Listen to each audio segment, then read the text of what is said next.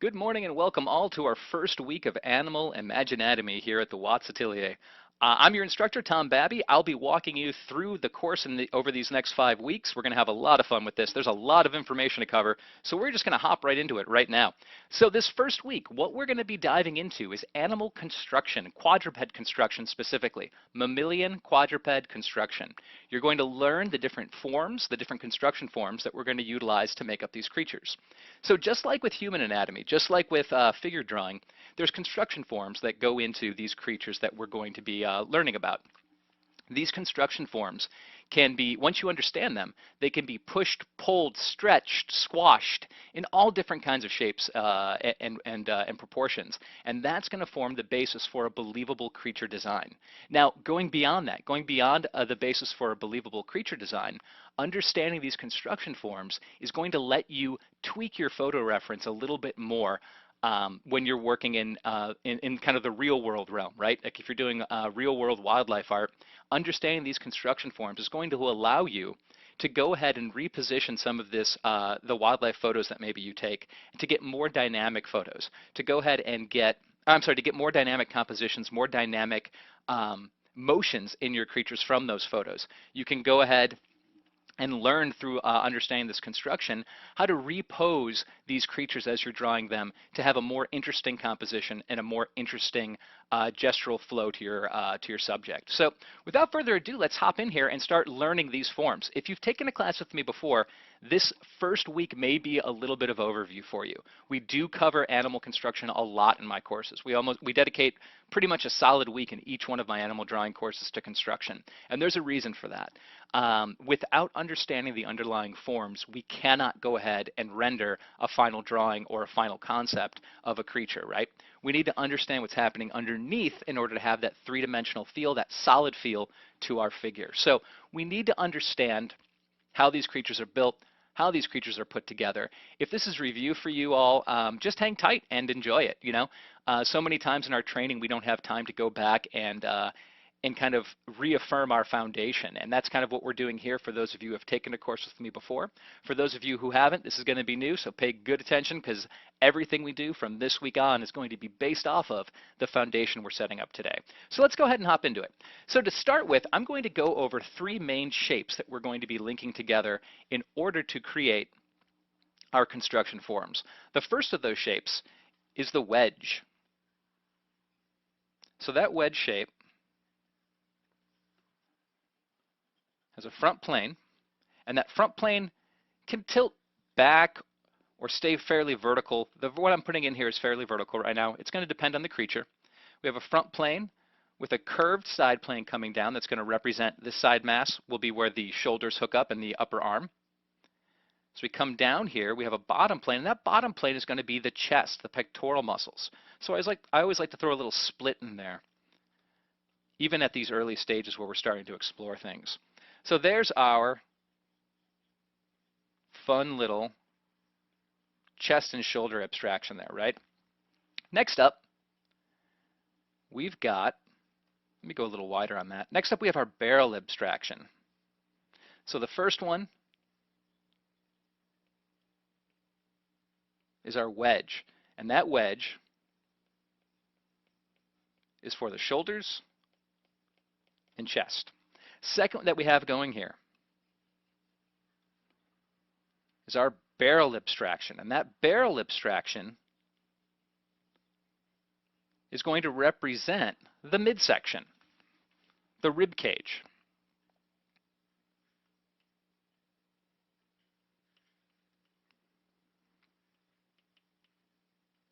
Now, the thing about the barrel section is, just like the wedge and how we can tilt it in different ways, and as I mentioned, we're going to push and pull these forms, squash, stretch, to get different shapes and different varieties of life from these.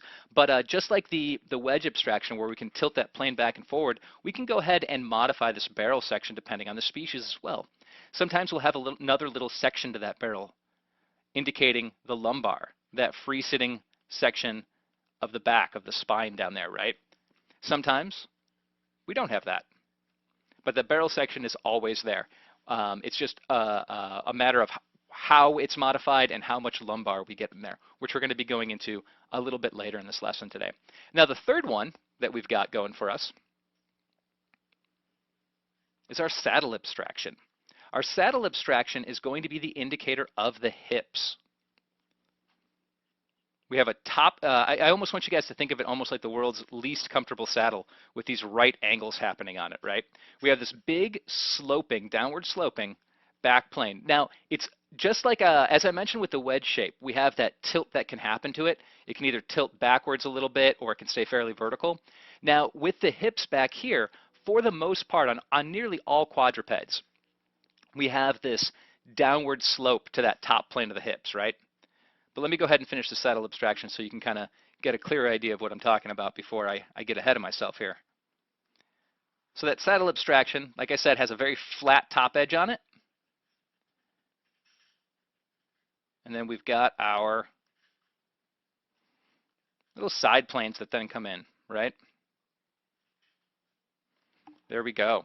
So that's our saddle abstraction. And as I mentioned before, we have that top plane that slants backwards. Now, on almost all species, almost all quadrupeds, we have a backwards tilt to those hips. So you're not really going to get much of a fluctuation with that. It might be a question of how much of a downward tilt we have there depending on the species, but you always want to fight for a little bit of that downward tilt. Try to keep that back section away from getting too horizontal on there, right? So putting all these shapes together, we go ahead and form the basis of our creatures here. So let me go ahead and start showing you how we put those shapes together at this point in time.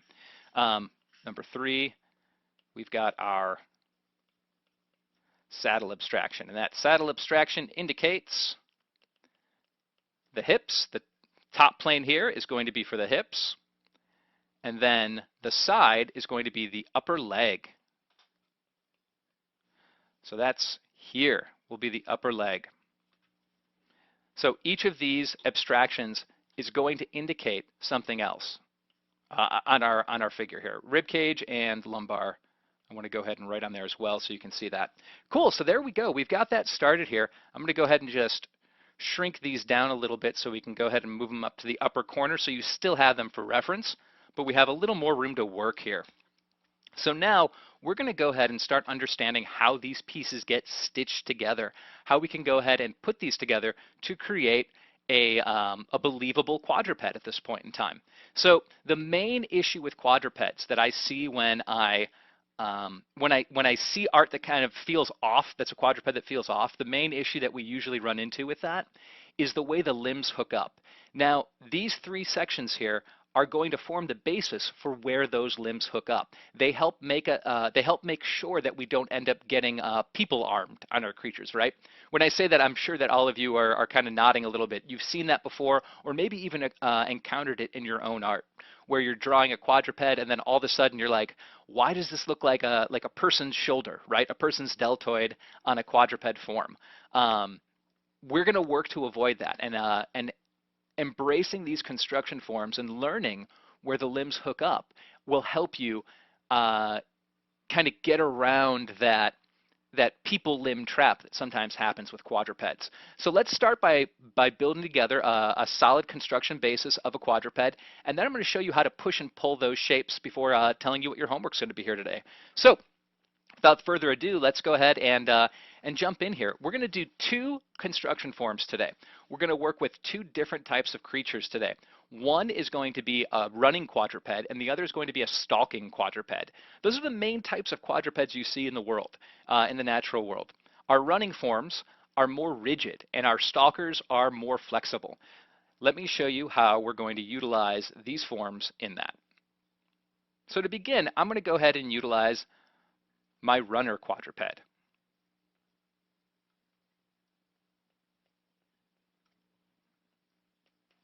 So the runner's forms are made to be rigid. They're made to take impact over and over again, right? They have to keep hitting the ground with those legs. So those legs and that form needs to be able to handle that kind of stress. So with that in mind, they're not very flexible. Runners, for the most part, do not have a lot of flexibility, quadruped runners. We're going to go ahead and start with just a little gesture here, right? I'm working from imagination, but I'm working from imagination and experience here. You guys will be working from photos. So to begin with, what I have here is just a nice little gesture line. I'm not doing any action right now. We're just learning how these creatures are set up. So all I'm doing here is getting a little bit of an idea of the placement of this creature and its limbs. Just kind of a really rudimentary sort of skeletal rig, right? So there we go. Rudimentary skeletal rig established. Now let's go ahead and start utilizing these fun shapes that we've got. So to begin with, we're going to go ahead and inject that wedge shape into the shoulder mass of this really loose gestural sketch that we have going here. So that shoulder shape, what we want to remember here, let's go ahead and go up to that wedge, right? What we want to remember is that on this shape, this bottom plane here is going to be indicating the pectoral muscles, as I mentioned earlier. The side shape here is where we're going to have our deltoids, our shoulder muscles, our triceps, our upper arm. Most of the upper arm on quadrupeds is embedded into tissue, muscular tissue, up here in this wedge shape. And that's especially true for runners. Stalkers have a little more mobility with that wedge shape, which we'll get to in a moment. We're starting with runners because they're a little more simple. But most of the musculature is going for the upper arm is going to be embedded in here. And then the neck is going to sit in and lock into this front plane. So let's go ahead and keep that in mind as we come down here on our little demo. All right, I'm actually going to do this as kind of like a generic creature here. I'm not going to necessarily shoot for a horse or a wolf, both of which are runners and both share very similar forms. I'm going to use this as a generic one and kind of show you how you can turn it into a horse or a wolf, depending on what we need to do here. Because again, these forms they're very flexible forms, these construction forms that we're learning here. We can push, pull in any different way that we want to and get different effects. But the thing to remember even more than that is that, as I mentioned before, runners, they share kind of a common build. So whether it's a hunter, like a wolf, or a prey species, like say a horse or a deer, they still share these common forms, the common setup in here, because they're both made for running. Wolves, they're not stalkers, they're runners. Marathon runners, really. Relay runners. So we've got our fun little chest abstraction in here. The neck, like as I mentioned, is going to go right in here. Now, depending on what we have, the neck may come all the way down to this, basically, what's the collarbone down here? Or it may come further up, so we get a bit of a deeper chest, right? All is going to be variable depending on the creature that we're using. I'm going to first start, before I get into that stuff though, getting the rest of these construction forms locked in for you all. So the next one, as I mentioned, barrel shape. We get that barrel coming right in the middle here. That barrel shape is just going to plug right into the behind of this wedge abstraction. It's going to fit right into that.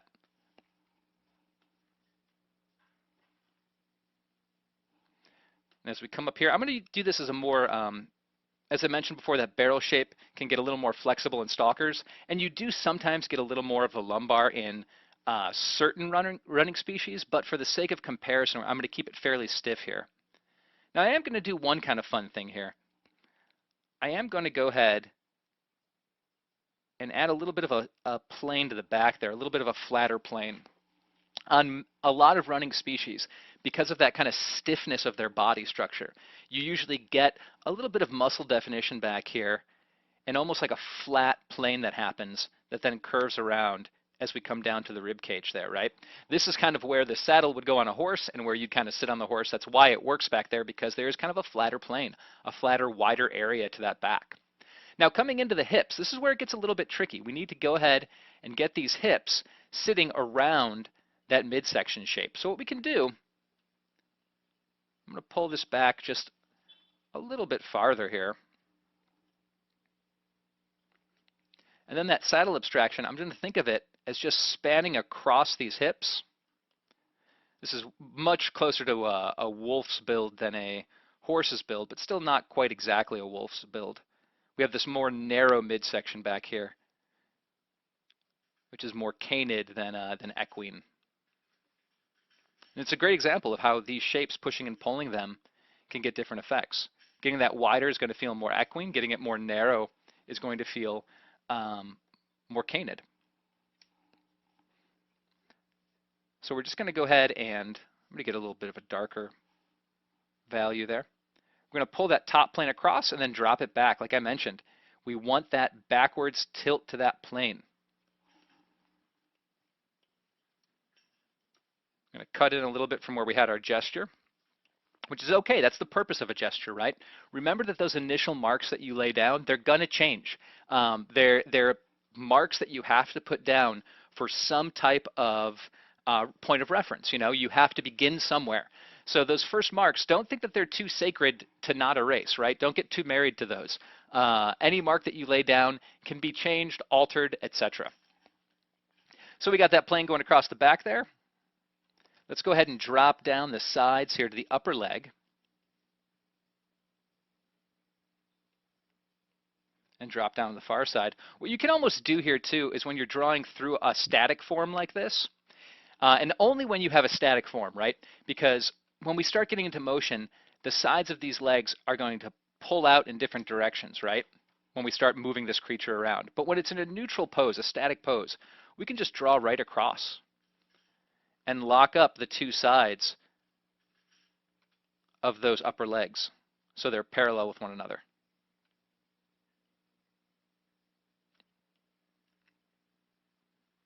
There we go, pulling that down. And then we can go ahead and, again, erase out our construction lines. Always striving for clarity, even at these early stages of a drawing, right? Or in this case, just a quick demo.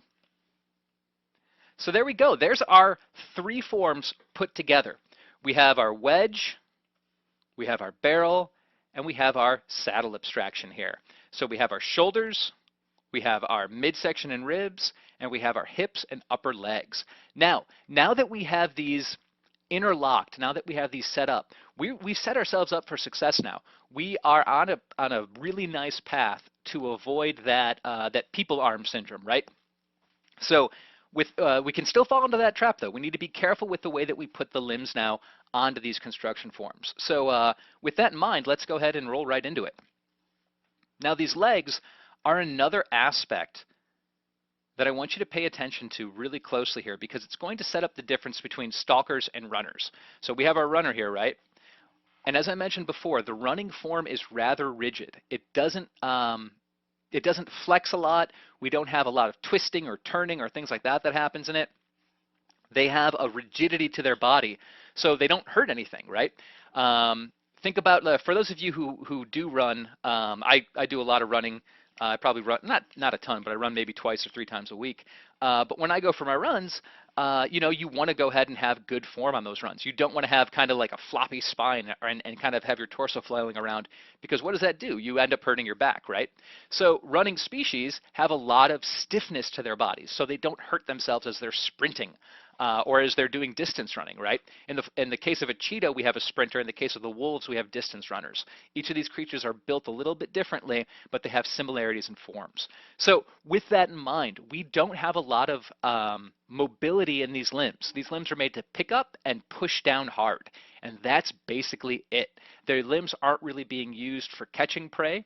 Wolves and cheetahs may use it to trip their prey sometimes. They'll use that dew claw. Cheetahs especially, they'll reach out and kind of trip their prey with the dew claw. But it's not really a primary function of it, right? Not like cats who are using their front limbs to grab their prey.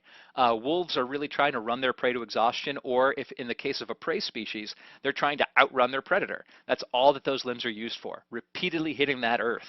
So with that in mind, let's go ahead and get this in here. So what we need to do first is establish that chest region, right? We have the chest laid in already, really nicely down here. I'm going to add a little bit of value too, just for fun. Now that we already kind of have this established, let's add some value on here. Why not? Here we go, coming down the side, rolling that barrel of the midsection. Add a little bit of value to that shoulder mass. Wanting to make sure that that midsection feels tucked behind those shoulders. Shoulders sit on top of that midsection. It's very important. It keeps those muscles feeling like like they have definition and aren't kind of sinking or feeling atrophied. All right, there we go. A little bit of value on there.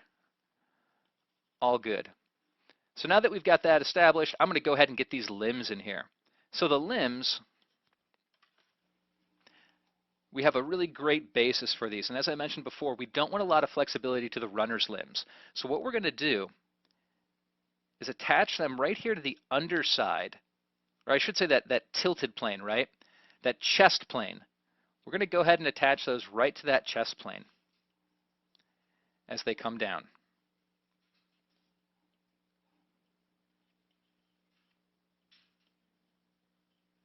There we are.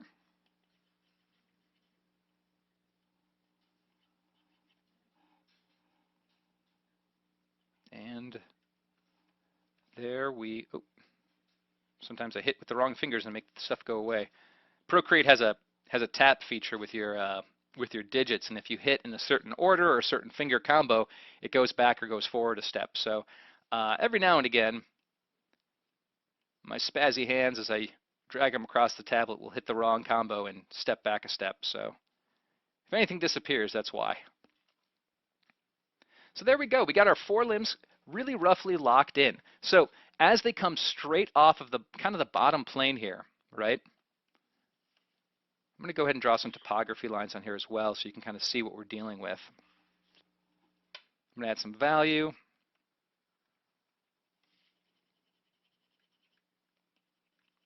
Now this is really rudimentary right now. I'm going to show you a quick trick on how to streamline this a little bit more. I'm drawing through the form. I'm showing you where it's connecting to other shapes. But we have more to go into on this limb still, so bear with me here and pay close attention to what this next step is.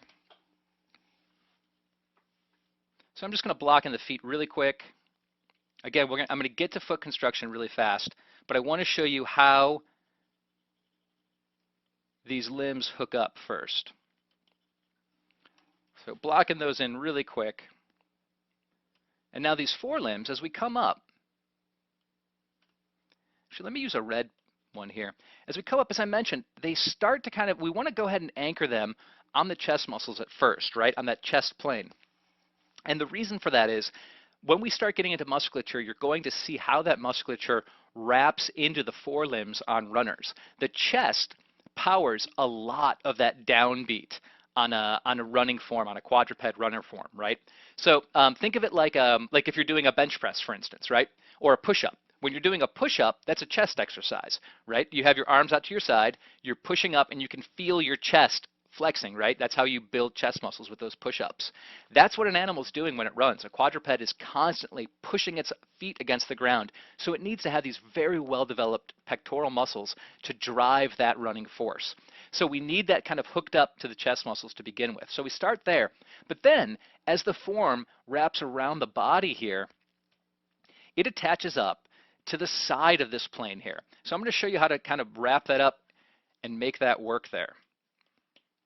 So we're coming down over here. The corner of this saddle shape, right over here, is where the elbow of a quadruped is going to sit. Now that's kind of confusing. I know a lot of people think that it's going to be down lower here somewhere, but the elbow of a quadruped is up here at the corner. So the reason for that, what we're looking at here, I'm going to go ahead and erase out these construction lines to keep it a little more clear.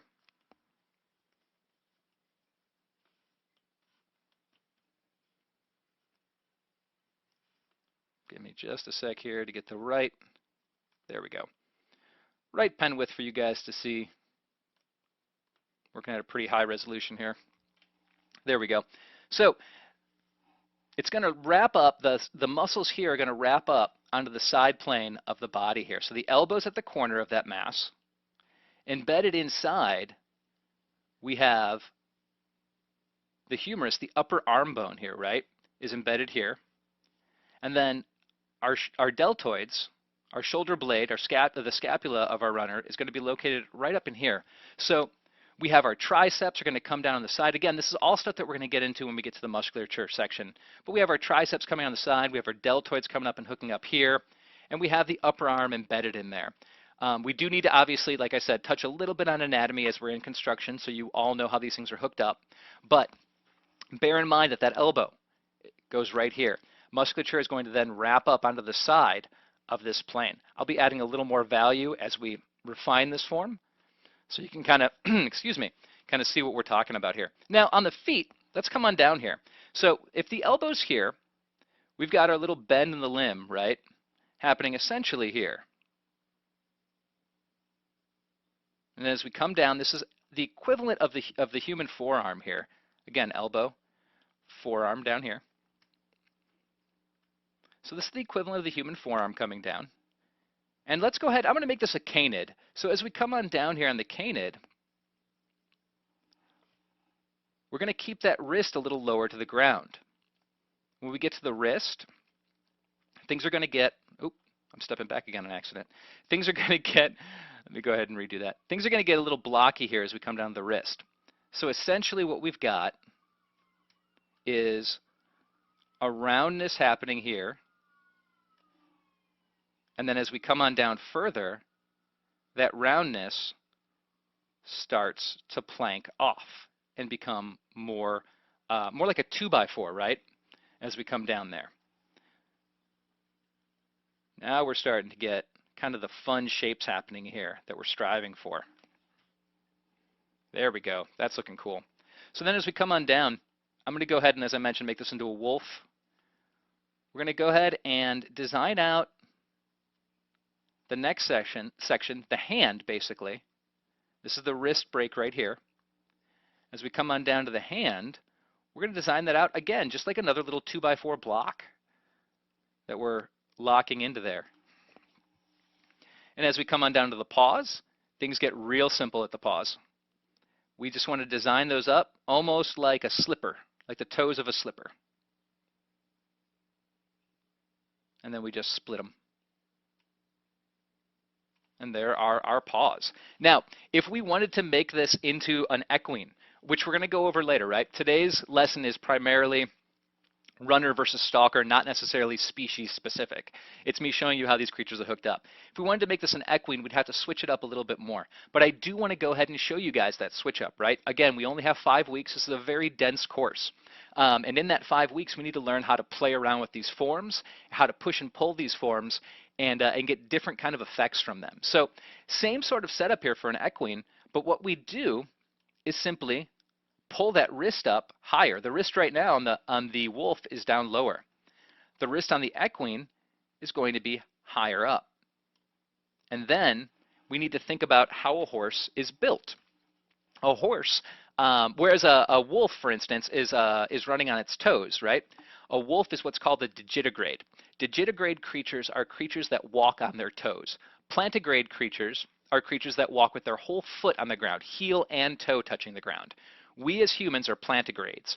Bears are plantigrades. Bears also walk with their heel and toe on the ground. Raccoons, plantigrades.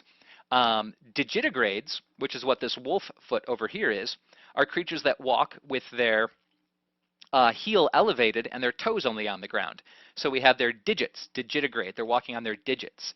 The last type of locomotion that we have for the quadrupeds is going to be known as an ungulate. An ungulate is similar to a digitigrade creature, right? Except it's walking on its nails is what it's walking on. And an ungulate is a horse. A horse is a great example of an ungulate. The hoof of a horse is just a modified toenail. So what we get with an ungulate over here, we have canid versus ungulate over here with the forelimbs. We're going to go ahead and pull that wrist up a little bit higher. And because they're walking on their toenails, and in this case, a single digit. A horse is what's known as an odd-toed ungulate, which means that it has an odd number of toes. In this case, one toe. That's what that one hoof is. It's a single toe. So as we're coming down here, we have this section here now is the bones of the hand coming down. It's a single bone of the hand, right? Because they have a single, they have a single digit, so it's a rather slender hand. We don't have that kind of expanse that we have here, that 2x4 shape that we have with the wolf. It's a lot more narrow. And then as we come down, this is essentially the knuckle right here. We got that single digit coming off of that big knobby knuckle. And then that modified toenail, that fancy hoof. And that's how we utilize it on an ungulate. So deer, horses, things like that are going to have that higher wrist up here, right? So the wrist, again, here's the wrist on our the wrist break on our wolf, the wrist break on our horse. We just raise that up, but it's the same type of connection point up here at the top, same type of chest musculature that it's hooking into. All very similar. The only thing that's different is how these lower limbs are being powered and what they kind of end in. But we're still using those same abstractions. Right down here is the hand. Here is the hand on our ungulate. Down here is basically the knuckle. We have our knuckles on our canid tucked behind those toes. And then we've got the toe itself, the nail. Let's go ahead and put those nails out there, and the toenail. So you can see the differences between these two creature forms. Let's go ahead and get those hind limbs in there now, and we'll go ahead and move on over to the stalker. So the stalker is going to be more nuanced and with more flexible forms, but we're not going to have as many variable forms, if that makes sense. So you can see the weird variety between an ungulate limb and a canid limb here. With stalkers are really kind of similarly built across the different range of stalkers. But we'll get to that when we get to that. I'm getting ahead of myself and getting all excited about things like cats and civets and things like that, and forgetting all about our wolves and horses and gazelles and deer that we're dealing with on our runner here. So as we come on over here, we're going to move on to the back limbs here. We have the hind limbs. Now, with the hind limbs, we are already set up for success with our hind limbs because we have that beautiful saddle shape here in the back. Let's go ahead now and apply the other section. So as we come on down here, let me give a quick overview, right? So we have our hips up here, right? Sitting up a little bit higher. Coming down from the sides are our upper legs. We got the upper legs coming down from the sides of that hip abstraction. Now, if that's the upper leg, that means that the knee needs to be located somewhere in there, right? The kneecap, the patella. The patella on these guys is going to be, I'll still use the red here, the patella is going to be right on over here, pretty much right where that bend starts to happen. So still a little bit located on the front, but right where it starts to turn on down is where you're generally speaking going to find the patella. And what I like to do with the patella when we get to this part is chisel that out. We can come on down here. I just like to chisel out a little plane right there to kind of show where that patella is going to be. There we go. We can do that on the other side as well. Even drawing across if we need to. So what that does, it sets me up for success because it allows me to go ahead and now lock in the forms of the lower leg. Now the forms of the lower leg, we're going to come on in here. Really simple. It's this really nice kind of another kind of wedge shape that's coming in here, really. But this one's a little more fluid.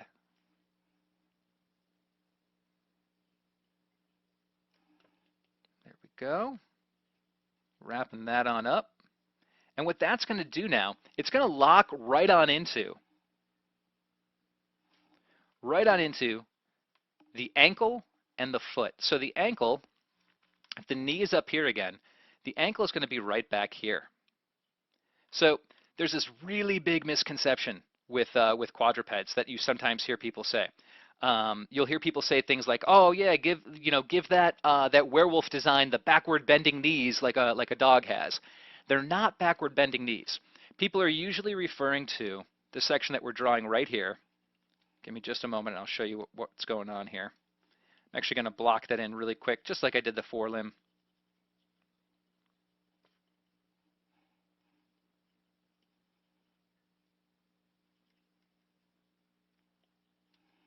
There we go. So what people are usually referring to, we can get a little longer in that limb, I think, still. What people are usually referring to when they say things like backwards bending knees. They're referring to this bend right in here, right? That's not the knee, however. Like as I mentioned, the knee is up here. We want to remember these landmarks because it's very important to keep them in the right places. As soon as they start to shift, our creature starts to feel kind of wonky and a little bit off. So up here, we've got our knee. Down here, that's the bend of the ankle. So if we're thinking of this like a human leg, we've got, our thigh here, we've got our knee here, calf muscles here, our heel is going to be here. It's going to come down over here, and we've got our big toe, we've got all of our other toes, right?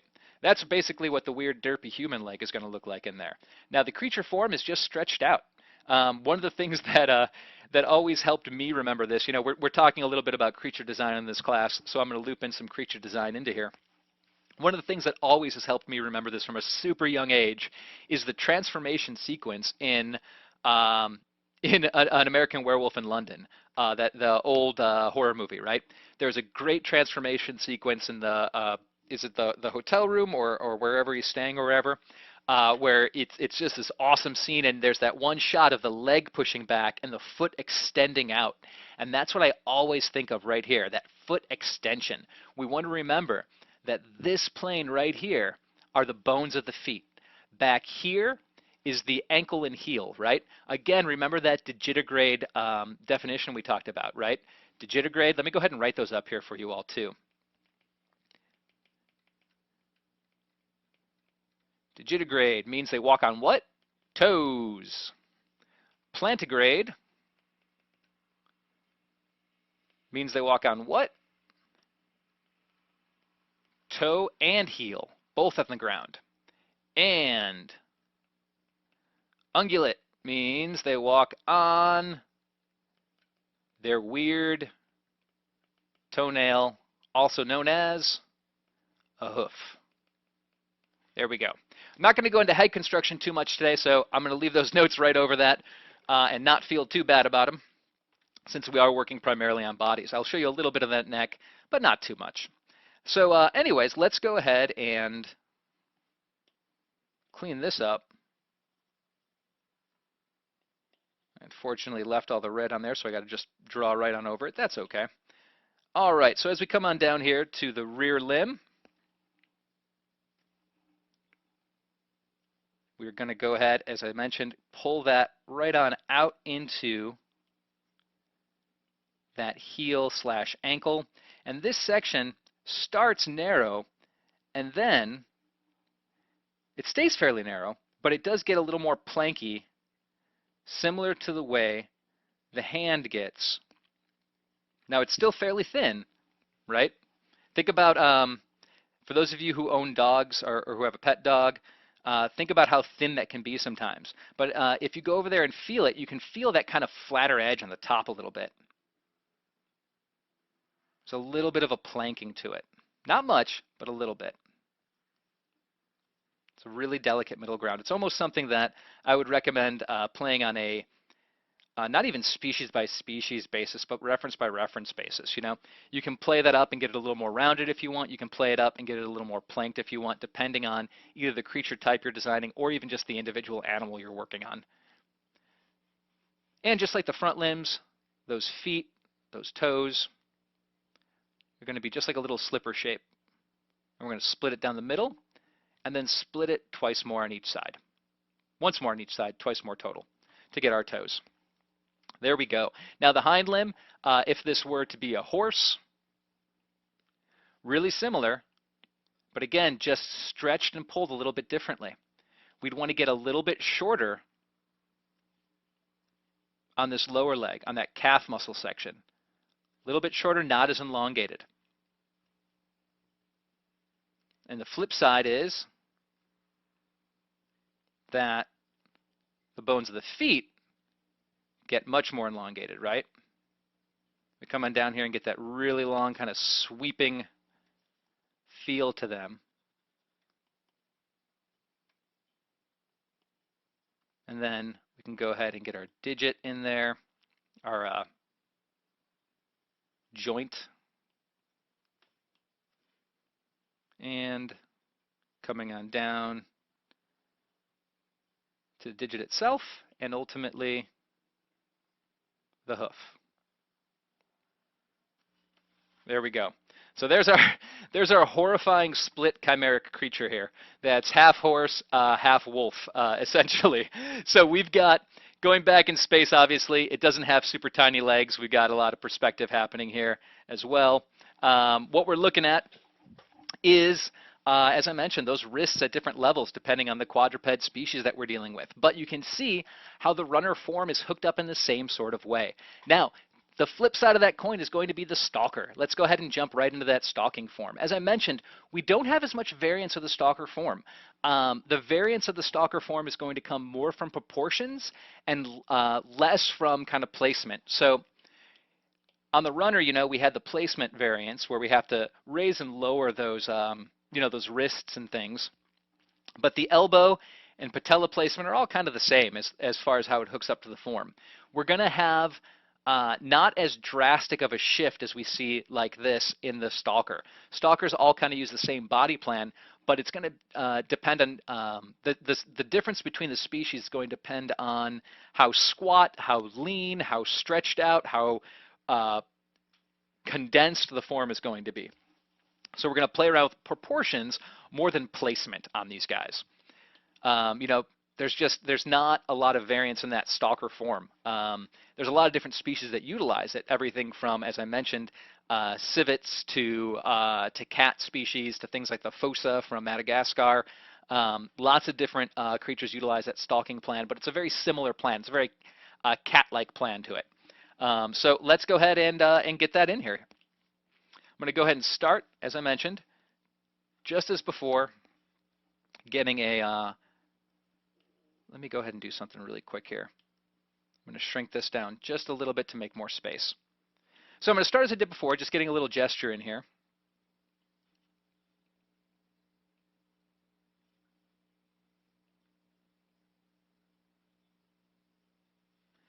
Coming right on in and just getting a little bit of a gesture. We're going to go a little more profile on this one, because that chest deepness isn't necessarily so important, but the lumbar length is going to be important on this one. So as I mentioned when we were doing our runner quadruped, now we're doing our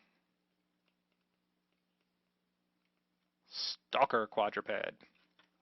As I mentioned when we were doing our running quadruped, the limbs, the four limbs on the running quadruped is hooked up in a way that that allows those forelimbs to be powered by the pectoral muscles, right? They're doing a lot of really hard downward pushing motions. Now, cats, they do run. Cats run, but they're not distance runners, and they're not distance runners, and they're not crazy speed sprinters, with the exception of one, obviously.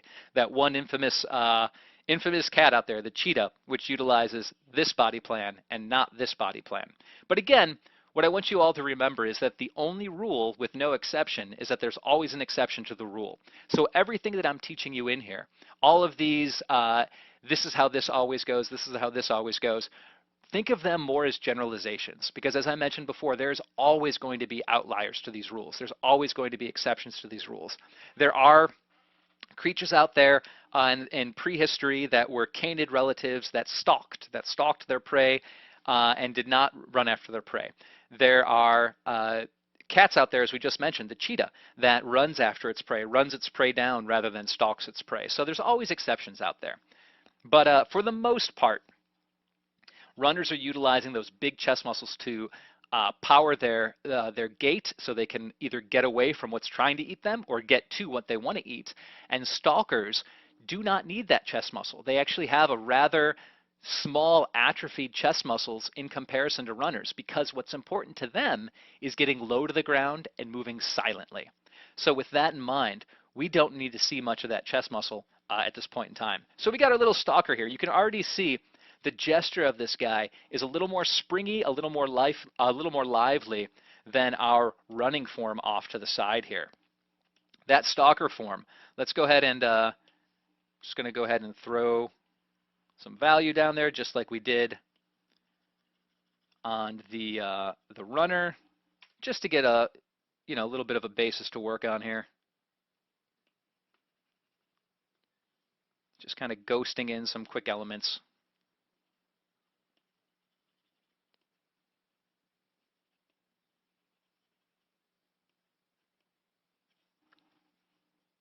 There we go. Cool.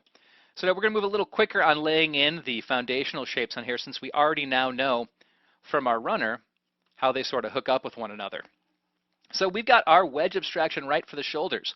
Let's go ahead and get that in here. Now on a stalker, we are not going to have that big chest plane that we saw on our runners. That's going to be the huge difference on these construction forms. I'm going to show you how to go ahead and get that on these stalking forms. So what we need to do, establish that same plane that we had before, where the neck hooks up, right? Everything's going exactly how it did before. We're laying this all in the same way. But there's going to be one key difference here as we get moving. And now that we've got, let me go ahead and actually get the midsection in there and everything first before we come up to this chest. So chest is there. Remember that we're going to play around with that pectoral section in just a moment. As we come back here to the midsection, go ahead and clean this up here just a little. As we come back here to the midsection now, you know, I mentioned that barrel abstraction having a little bit of a split in it in some instances, and this is one of those instances. We're going to play up that split in that barrel section to get a little more spring and fluidity to our stalking form here. So the big thing with stalkers, as I mentioned, is they need to get low to the ground, they need to creep, they need to stay quiet. They need to be flexible in order to do that. To get low to the ground, they need to be super flexible. The way that they need to move, it's like a yoga instructor practically. They're moving in all kinds of weird ways to keep themselves out of sight and to keep themselves silent. If you've ever watched, you know, there's a slew of awesome BBC documentaries available right now. Take your pick on Netflix. There's so many good ones. But if you ever watch those, and I do recommend watching them. I watch animals all the time, whether it's at the zoo, while out on walks and hiking, whether documentaries. I gain so much of my knowledge just from observation. But watch those, and when you watch those, pay attention to the way that that big cats specifically stalk their prey. They move in all kinds of weird ways, right? If you have a house cat at home, same thing. Watch your house cat. They move in weird sort of ways, and that's because they have an extremely flexible body, as I mentioned. But in this midsection, we're going to break it up into two sections and get our lumbar as a secondary construction form here. So it's almost like a smaller barrel that in an opposite way that we can hook up to that primary barrel. So we've got our rib cage barrel here, and we've got our lumbar barrel here. And what is the lumbar? The lumbar, so for those of you who are unfamiliar with that phrase, and by the way, if I ever use, I'm always going to try to go over my definitions here for you guys during the demos, but if I ever breeze over something a little bit too quickly, please ask in the comment section for critiques. I'm happy to answer any questions that you guys have. Please make notes, ask everything. I'll always do follow-up based on those questions in the question log. But anyways, the lumbar is the free-setting section of the lower spine. So our spine is usually up here, right, located by our rib cage. Our ribs attached to the spine up there. But that lower section, we have a really, really prominent lumbar as well. We're very flexible creatures. That lower section that does not have any rib bones attaching to it, that goes down and attaches up to the hips, that's the lumbar. And on big cats and stalkers in general, nearly all stalkers have a very long lumbar, very flexible lumbar, as opposed to the runner, where we don't really get much flexibility in that lumbar. There is a free-sitting lower spine there, but it's shorter, and it's embedded in so much muscle that that it really is not very noticeable. It's very kind of stiff in there and all, right? Some of the more slender species of, slender breeds, which is just familial lines, right? Some of the more slender breeds of dogs, you may be able to see the lumbar on. Really emaciated wolves, you can see it on, but you're not going to get this kind of crazy dip that you get in here, this really distinct S-curve that you get. That's fairly specific to cats and stalking species. So we've got that really nice dip in the lumbar there, that really beautiful S-curve. And now as we come back to the hips, hips are exactly the same as we did on the other creatures. We are going to go ahead I'm going to go ahead and get a little more expansion side to side here on this top of that lumbar. And as we come into those hips, same deal. We're just going to go ahead and drop down that back plane and then pull down our sides. I'm going to do this a little more dynamic to kind of show you how we push and pull those forms. Again, we want to think of these as kind of rubbery, right? Think of these shapes almost as being made out of rubber or silicone or something like that, that we can stretch, push, and pull in all different kinds of shapes in different directions. They're not rigid forms, you know. Even on the runner species, we do have some stretch to these forms. Let me go ahead and add some more value in here. All right, now as we come into those forelimbs,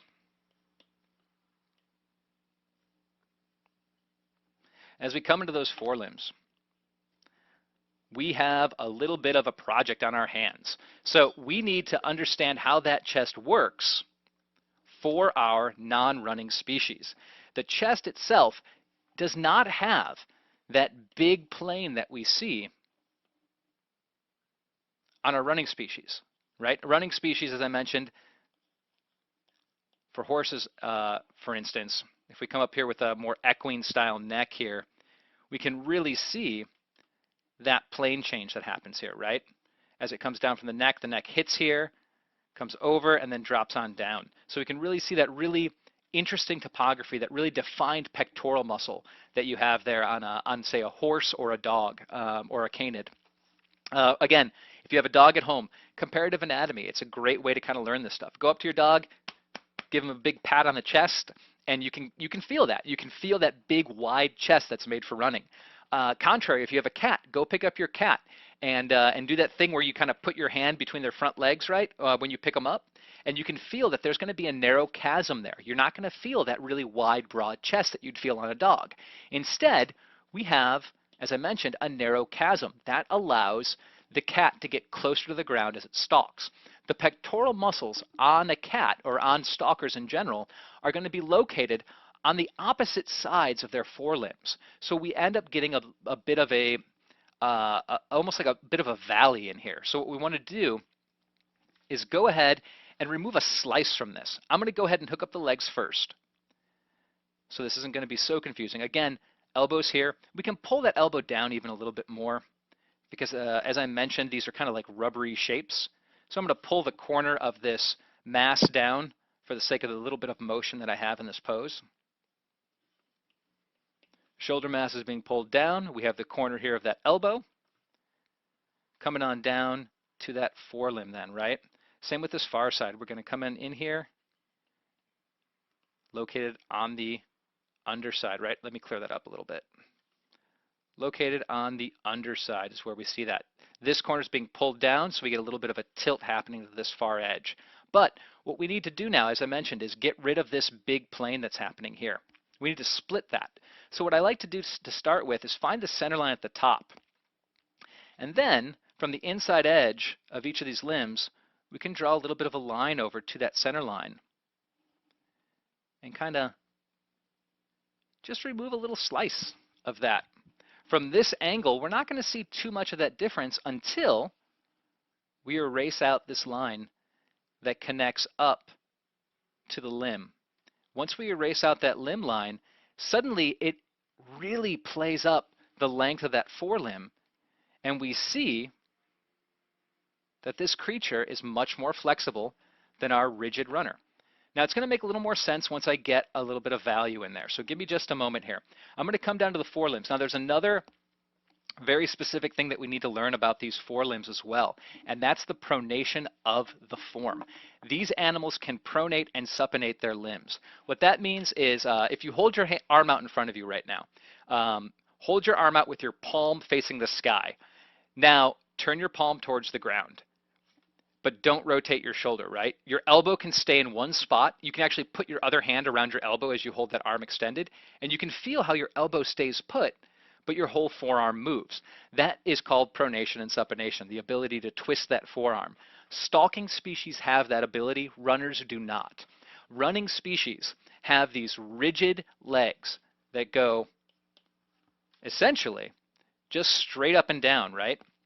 That's what we get with these legs. They're locked in place. They're straight up and down. That's all you've got to them. They don't pronate or supinate. They don't turn. Stalkers can turn those limbs for two reasons. It helps get them closer to the ground. They can move those paws in a way then that allows them to make the least amount of noise, and they're using that to grab their prey for object manipulation. Again, I'm going to go ahead and reference pets here. If you have a dog and a cat, think about, this is always the reference I use, right? I have super needy animals in my home. So when I go to the bathroom, my animals always bother me at the door. If I'm getting out of the shower or getting cleaned up in the morning or whatever and I have the bathroom door closed, my cat's paw will come under the door, right? And I can see my cat's paw come under with the top side facing me, and then he'll rotate it and kind of grab the door a little bit, right, from the underside. And if my dog comes in, think of a dog digging, right? A dog digging underneath the door, they don't turn their paws upwards to grab that bottom of the door because they can't. That paw can only slide in that one direction because they can't turn their limbs. So I'm always thinking about those comparative anatomy aspects as I'm drawing these creatures. So what we're going to do here, get that pronation and supination in here. We're going to get pretty much from that elbow, just right in front of that elbow is where you can kind of end it. Kind of the edge of this plane right here. We're going to go ahead and get a little S curve that comes on down to those forelimbs. And that's going to be a nice little indication of those flexors and extenders that are going to allow for the twisting of that paw, right? So now that that's being twisted, what we can do is go ahead and get the hand in here now. Now the hand, just like we had our canid hand. The hand itself is going to be like a little 2x4, basically. Just a little block that's added onto that.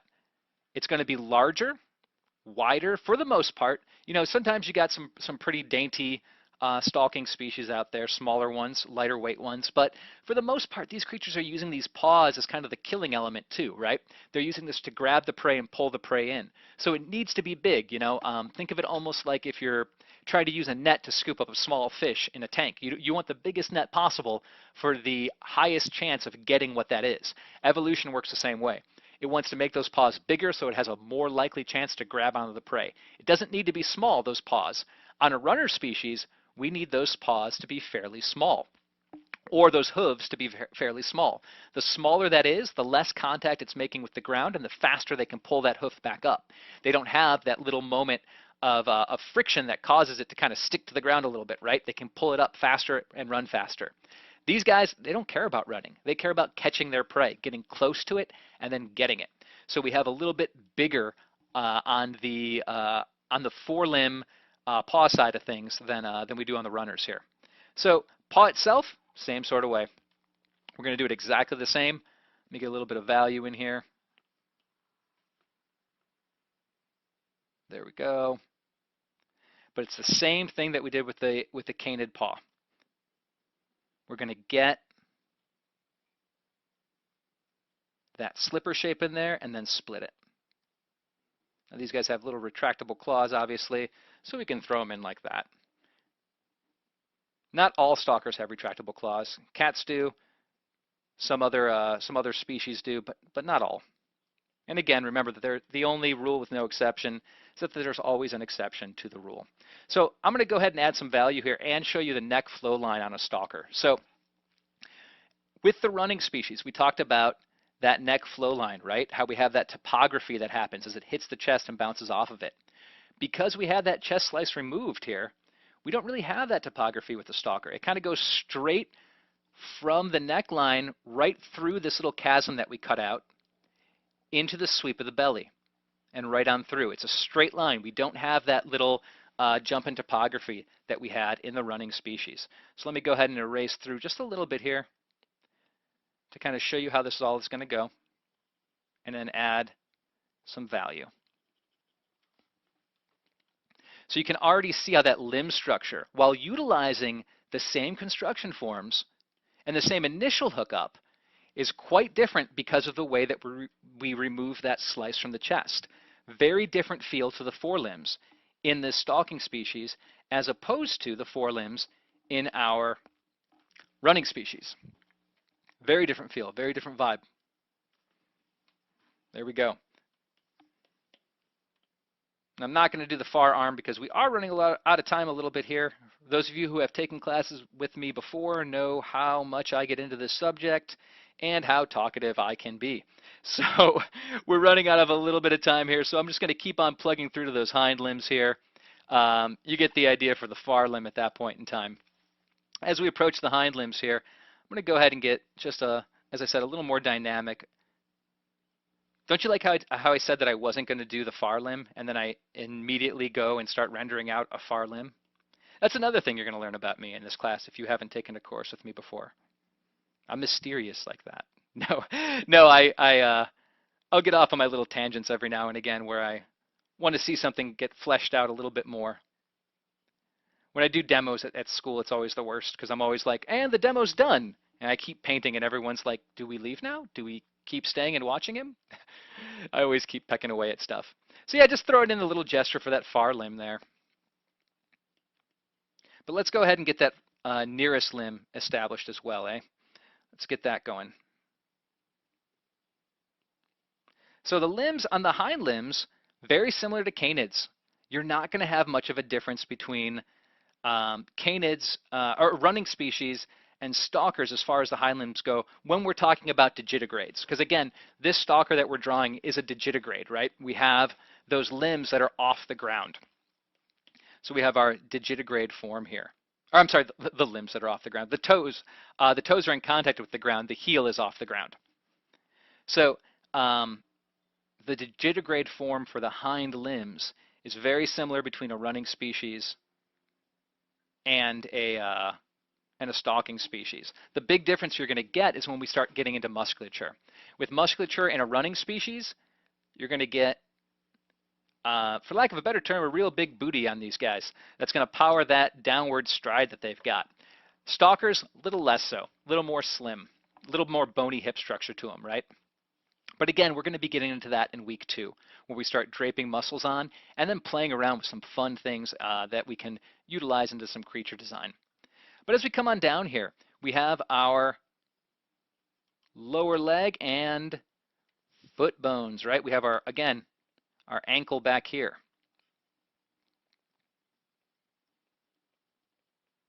As we come in, we're going to go ahead and just establish those feet once more. Same sort of deal, slipper shape. Cut the toes up. There we go.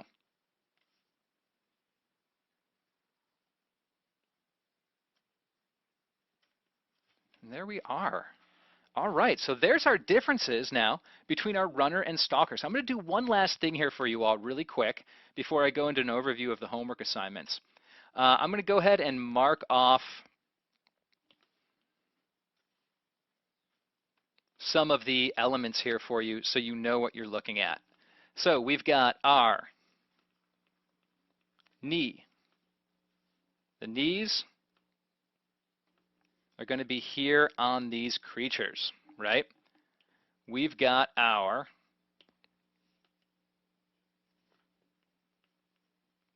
elbows. Elbows are going to be here on these guys. And I know this seems like maybe a silly little step, but there's so much misconception about the way that these limbs are actually hooked up that I want to make sure that it clicks for all of you, that it makes sense for everybody taking this class, and that you know where these forms are. So we've got our elbows there. Those are kind of the main ones. Let's go ahead and get the wrists too. The wrists are always an important one. And our wrists.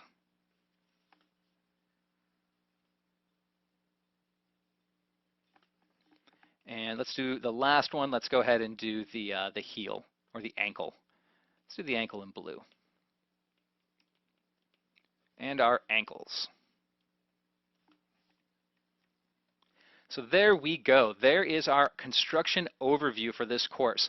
Everything that we do in this class is going to be based off of these rough construction forms. We're going to be learning how to push and pull these forms, stretch and kind of squash these forms to get very interesting, different, and dynamic creature types. Starting next week, we're going to be going into musculature as well as altering these forms. So we're going to start learning how to drape a little bit of musculature on there, and I'm going to show you how to go to extremes with these forms. Show you how to push them really far to get really wild creatures, or to push them really far to get an understanding of those more extreme creatures here in the real world, right? So we can stretch out, for instance, a stalker form here and make it into a dragon by getting a different gesture going with that neck and by playing up the rear limbs and the tail sections a little bit, right? We can go ahead and reconfigure those hips that we have there to hook up the musculature of a tail, a thick, big reptilian tail, play up the neck to get that long serpentine neck, and have a fun dragon from a stalker.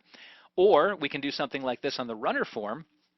And if we're talking real world creatures, you know, we can elongate those limbs on the runner, get those limbs crazy, crazy long, really push that barrel shape to get really squat and get a really deep chest on this guy and a crazy long neck, and we have a giraffe, right? So these forms can be manipulated in all different kinds of ways, whether it's for fantastical or real world purposes. And that's what we're going to be going into next week. For this week's homework, however, you have 2 pieces of reference. Please utilize one or both. It's your call. I would recommend utilizing both because what it'll allow me to do is see which area you're the weakest in and kind of help you out with that, whether you're struggling with stalkers or runners or both. It'll kind of give me an idea of which area on each of those maybe there's common ground that you're struggling with, and I can approach that. So for your homework, 2 pieces of reference. I'd recommend doing 2 drawings. If you don't have time, don't worry about it. You can totally just do one. Pick one or both pieces of reference and do a constructive drawing breakdown of their forms. You can go ahead and just lock in the head as something simple for now. Something just, you know, a quick little shape for now for the heads. You don't need to get crazy into it for the heads. We are going to be going over head construction on week 3 and 4, so you've got a little bit of time on that. But for now, what I want to focus on is understanding the different forms and functions of these quadruped bodies. So one or both, go ahead and do a nice constructive breakdown for me of those forms.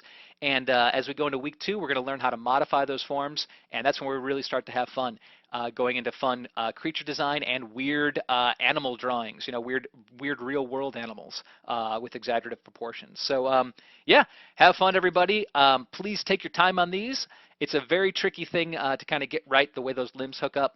So take your time, and if you are in the full access class, please, please, please, I'm going to ask you now, utilize the question log. The question log is going to be your biggest friend in there because it helps me understand you as an artist, and it helps me know where you're coming from with your skill levels and what you're struggling with. And if I know clearly what you're struggling with or where you're coming from, I can help you better address it. So please utilize that question log, even if it's just to say, hey, I'm not sure what's wrong here. Can you help me out? Because it lets me have a little more focus and know where maybe you're struggling. All right, so with no further ado, that's it for week 1, and I will see you all in week 2. I don't know why that rhymed there at the end. I became like a weird fairy tale character there for a moment. Anyways, on that note, have a wonderful rest of the day, everyone, and I will see you all next week. Take care, all.